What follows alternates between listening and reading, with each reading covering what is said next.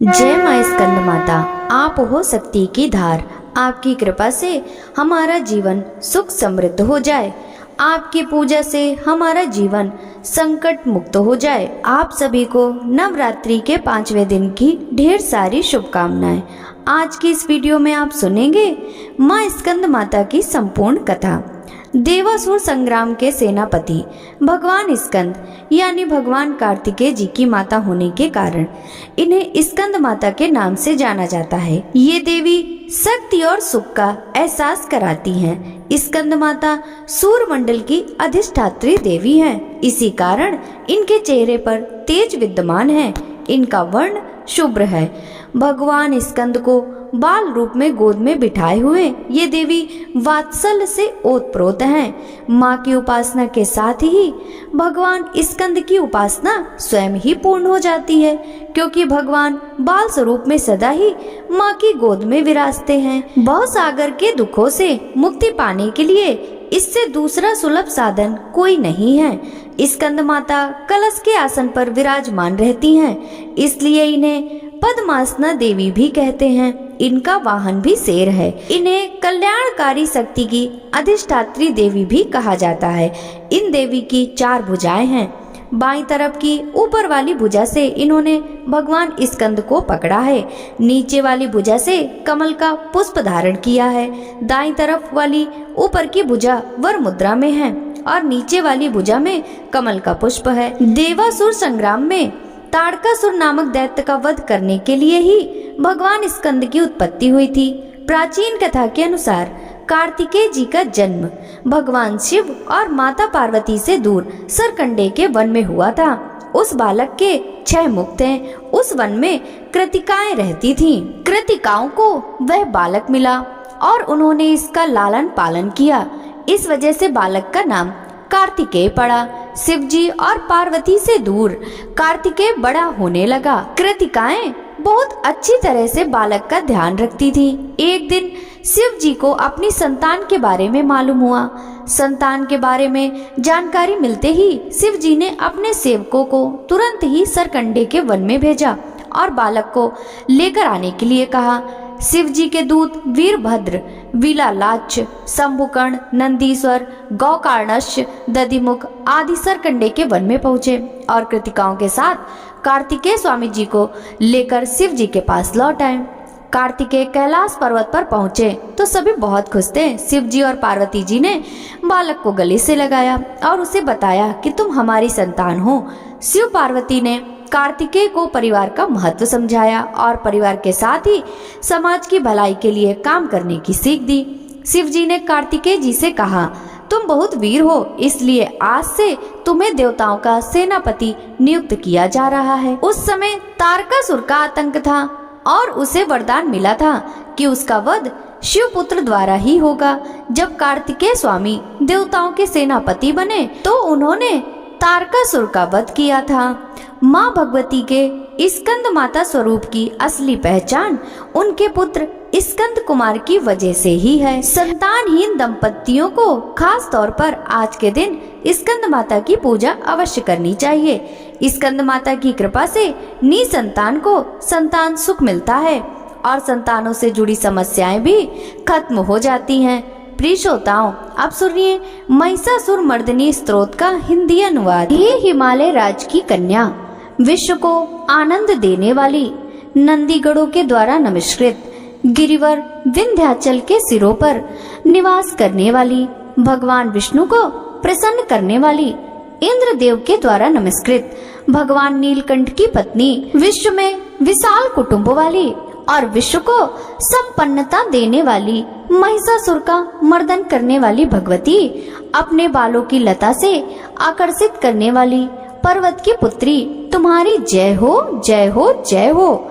देवों को वरदान देने वाली, दुर्धर और दुर्मुख असुरों को मारने वाली और स्वयं में ही प्रसन्न रहने वाली, तीनों लोकों का पोषण करने वाली, शंकर को संतुष्ट करने वाली, पापों को हरने वाली और घोर गर्जना करने वाली, दानवों पर क्रोध करने वाली, अहंकारियों के घमंड को सुखा देने वाली, समुद्र की पुत्री हे महिषासुर का मर्दन करने वाली, अपने बालों की लता से आकर्षित करने वाली पर्वत की पुत्री, तुम्हारी जय हो जय हो जय हो। हे जगत माता, मेरी माँ, प्रेम से कदम्ब के वन में वास करने वाली, हास्य भाव में रहने वाली, हिमालय के शिखर पर स्थित अपने भवन में विराजित, शहद की तरह मधुर मधु कैटब का मद नष्ट करने वाली, महिष को विदीर्ण करने वाली, सदा युद्ध में लिप्त रहने वाली, हे महिषासुर का मर्दन करने वाली, अपने बालों की लता से आकर्षित करने वाली पर्वत की पुत्री, तुम्हारी जय हो जय हो जय हो। शत्रुओं के हाथियों की सूंड काटने वाली और उनके 100 टुकड़े करने वाली, जिनका सिंह शत्रुओं के हाथियों के सर अलग अलग टुकड़े कर देता है, अपनी भुजाओं के अस्त्रों से चंड और मुंड के शीश काटने वाली, हे महिषासुर का मर्दन करने वाली, अपने बालों की लता से आकर्षित करने वाली पर्वत की पुत्री, तुम्हारी जय हो जय हो जय हो। रण में मदोन्मत्त शत्रुओं का वध करने वाली, अजर अविनाशी शक्तियां धारण करने वाली, शिव की चतुराई जानकर उन्हें अपना दूत बनाने वाली, दुर्मति और बुरे विचार वाले दानव के दूत के प्रस्ताव का अंत करने वाली, हे महिषासुर का मर्दन करने वाली, अपने बालों की लता से आकर्षित करने वाली पर्वत की पुत्री, तुम्हारी जय हो जय हो जय हो।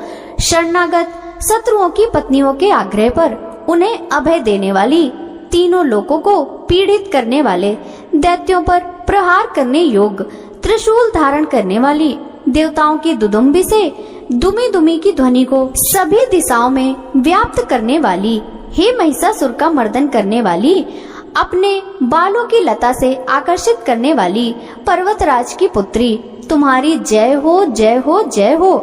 मात्र अपनी हुंकार से ध्रूम लोचन राक्षस को धूम्र यानी धुएं के समान भस्म करने वाली, युद्ध में कुपित रक्त बीज के रक्त से उत्पन्न अन्य रक्त बीजों का रक्त पीने वाली, शुंभ और निशुंभ दैत्यों की बलि से शिव और भूत प्रेतों को तृप्त करने वाली, हे महिषासुर का मर्दन करने वाली, अपने बालों की लता से आकर्षित करने वाली पर्वतराज की पुत्री, तुम्हारी जय हो जय हो जय हो। युद्ध भूमि में जिनके हाथों के कंगन धनुष के साथ चमकते हैं, जिनके सोने के तीर शत्रुओं को विदीर्ण करके लाल हो जाते हैं और उनकी चीख निकालते हैं, चारों प्रकार की सेनाओं यानी हाथी घोड़ा पैदल रथ का संहार करने वाली, अनेक प्रकार की ध्वनि करने वाले बटुकों को उत्पन्न करने वाली, हे महिषासुर का मर्दन करने वाली, अपने बालों की लता से आकर्षित करने वाली पर्वतराज की पुत्री, तुम्हारी जय हो जय हो जय हो। देवांगनाओं के तथा थई थई आदि शब्द से युक्त भावमय नृत्य में मग्न रहने वाली, कुकुत अड्डी विभिन्न प्रकार की मात्राओं वाले ताल वाले स्वर्गीय गीतों को सुनने में लीन, मृदंग की धूध कुट धीमी धीमी आदि गंभीर ध्वनि में लिप्त रहने वाली, हे महिषासुर का मर्दन करने वाली, अपने बालों की लता से आकर्षित करने वाली पर्वत की पुत्री, तुम्हारी जय हो जय हो जय हो। जय जयकार करने और स्तुति करने वाले समस्त विश्व के द्वारा नमस्कृत, अपने नुपुर के झंझन और झिमझिम शब्दों से भूतपति महादेव को मोहित करने वाली, नटी नटों के नायक अर्धनारीश्वर के नृत्य से सुशोभित, नाट्य में तल्लीन रहने वाली, हे महिषासुर का मर्दन करने वाली, अपने बालों की लता से आकर्षित करने वाली पर्वत की पुत्री, तुम्हारी जय हो जय हो जय हो। आकर्षक कांति के साथ अति सुंदर मन से युक्त और रात्रि के आश्रय अर्थात चंद्रदेव की आभा को अपने चेहरे की सुंदरता से फीका करने वाली, काले भंवरों के समान सुंदर नेत्रों वाली, हे महिषासुर का मर्दन करने वाली, अपने बालों की लता से आकर्षित करने वाली पर्वतराज की पुत्री, तुम्हारी जय हो जय हो जय हो। महायोद्धाओं से युद्ध में चमेली के पुष्पों की भांति कोमल स्त्रियों के साथ रहने वाली तथा चमेली की लताओं की भांति कोमल भील स्त्रियों से जो झींगुरों के झुंड की भांति घिरी हुई हैं, चेहरे पर उल्लास से उत्पन्न उषा काल के सूर्य और खिले हुए लाल फूल के समान मुस्कान वाली, हे महिषासुर का मर्दन करने वाली, अपने बालों की लता से आकर्षित करने वाली पर्वतराज की पुत्री, तुम्हारी जय हो जय हो जय हो। जिसके कानों में लगातार मद बहता रहता है, उस हाथी के समान उत्तेजित, हे गजेश्वरी, तीनों लोकों के आभूषण, रूप, सौंदर्य, शक्ति और कलाओं से सुशोभित, हे राजपुत्री, सुंदर मुस्कान वाली, स्त्रियों को पाने के लिए मन में मोह उत्पन्न करने वाली, कामदेव की पुत्री के समान, हे महिषासुर का मर्दन करने वाली, अपने बालों की लता से आकर्षित करने वाली पर्वत की पुत्री, तुम्हारी जय हो, जय हो, जय हो। जिनका कमल दल के समान कोमल, स्वच्छ और कांति से युक्त मस्तक है, हंसों के समान जिनकी चाल है, जिनसे सभी कलाओं का उद्भव हुआ है, जिनके बालों में भौरों से घिरे हुए कुमुदनी के फूल और बकुल पुष्प सुशोभित हैं, उन महिषासुर का मर्दन करने वाली, अपने बालों की लता से आकर्षित करने वाली पर्वत की पुत्री, आपकी जय हो, जय हो, जय हो। जिनके हाथों की मुरली से बहने वाली ध्वनि से कोयल की आवाज भी लज्जित हो जाती है, जो खिले हुए फूलों से रंगीन पर्वतों से विचरती हुई पुलिंद जनजाति के स्त्रियों के साथ मनोहर गीत गाती जाती हैं, जो सद्गुणों के संपान सबरी जाति की स्त्रियों के साथ खेलती हैं, उन महिषासुर का मर्दन करने वाली, अपने बालों की लता से आकर्षित करने वाली पर्वत की पुत्री, आपकी जय हो, जय हो, जय हो। जिनकी चमक से चंद्रमा की रोशनी फीकी पड़ जाए, ऐसे सुंदर रेशम के वस्त्रों से जिनकी कमर सुशोभित है, देवताओं और असुरों के सिर झुकने पर उनके मुकुट की मड़ियों से जिनके पैरों के नाखून चंद्रमा की भांति दमकते हैं, और जैसे सोने के पर्वतों पर विजय पाकर कोई हाथी मदोन्मत्त होता है, वैसे ही देवी के वक्ष स्थल कलश की भांति प्रतीत होते हैं। ऐसी है, हे महिषासुर का मर्दन करने वाली, अपने बालों की लता से आकर्षित करने वाली पर्वत की पुत्री, तुम्हारी जय हो, जय हो, जय हो। सहस्त्रों दैत्यों के सहस्त्रों हाथों से सहस्त्रों युद्ध जीतने वाली और सहस्त्रों हाथों से पूजित सुर तारक उत्पन्न करने वाली, उस तारकासुर के साथ युद्ध कराने वाली, राजा सुरथ और समाधि नामक वैश्य की भक्ति से समान रूप से संतुष्ट होने वाली, हे महिषासुर का मर्दन करने वाली, बालों की लता से आकर्षित करने वाली पर्वत की पुत्री, तुम्हारी जय हो, जय हो, जय हो। जो भी तुम्हारे दयामय पद कमलों की सेवा करता है, हे कमला, वह व्यक्ति कमला निवास कैसे न बने। हे शिवे, तुम्हारे पद कमल ही परम पद हैं, उनका ध्यान करने पर भी परम पद कैसे नहीं पाऊंगा। हे महिषासुर का मर्दन करने वाली, बालों की लता से आकर्षित करने वाली पर्वत की पुत्री, तुम्हारी जय हो, जय हो, जय हो। सोने के समान चमकते हुए नदी के जल से जो तुम्हें रंग भवन में छिड़काव करेगा, वे इंद्राणी के वच्च से आलिंगित होने वाले इंद्र के समान सुखानुभूति क्यों ना पाएगा। हे महासरस्वती, तुम में मांगल्य का निवास है, मैं तुम्हारे चरण में शरण लेता हूँ। हे महिषासुर का मर्दन करने वाली, बालों की लता से आकर्षित करने वाली पर्वत पुत्री, तुम्हारी जय हो, जय हो, जय हो।